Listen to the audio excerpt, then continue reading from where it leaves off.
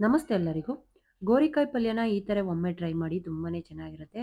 So, ಇಲ್ಲಿ ನಾನು cooker ಇಟ್ಕೊಂಡು ಕುಕ್ಕರಿಗೆ ಒಂದು ಸ್ವಲ್ಪ ಆಯಿಲ್ ಹಾಕಿ ಕಡಲೆಬೇಳೆನ ಹಾಕೊಳ್ತಾ ಇದ್ದೀನಿ. ಆಮೇಲೆ ಸಾಸಿವೆ, ಕರಿಬೇವು ಒಗ್ಗರಣೆ ಮಾಡ್ಕೊಳ್ತಾ ಇದ್ದೀನಿ.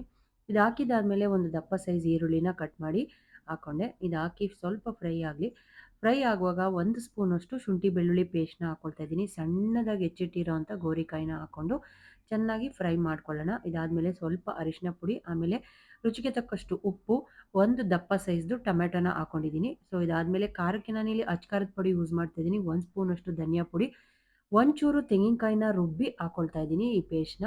ಆಮೇಲೆ ನೀರು ಹಾಕಿ ಒಂದು 2 ವಿಷಲ್ ಹೊಡ್ಸಿದ್ರೆ ಸಾಕು. ಮೇಲೆ ಒಂಚೂರು ಗರಂ ಮಸಾಲೆನ ಹಾಕ್ಕೊಂಡೆ. ಸೊ, ಎಷ್ಟು ಚೆನ್ನಾಗಿರುತ್ತೆ ಅಂದರೆ ತುಂಬ ಚೆನ್ನಾಗಿರುತ್ತೆ.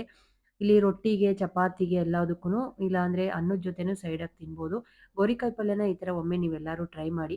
ಟ್ರೈ ಮಾಡಿದ್ದಾದ್ಮೇಲೆ ಕಮೆಂಟ್ ಮಾಡೋದನ್ನ ಮರಿಬೇಡಿ. Thank you for watching.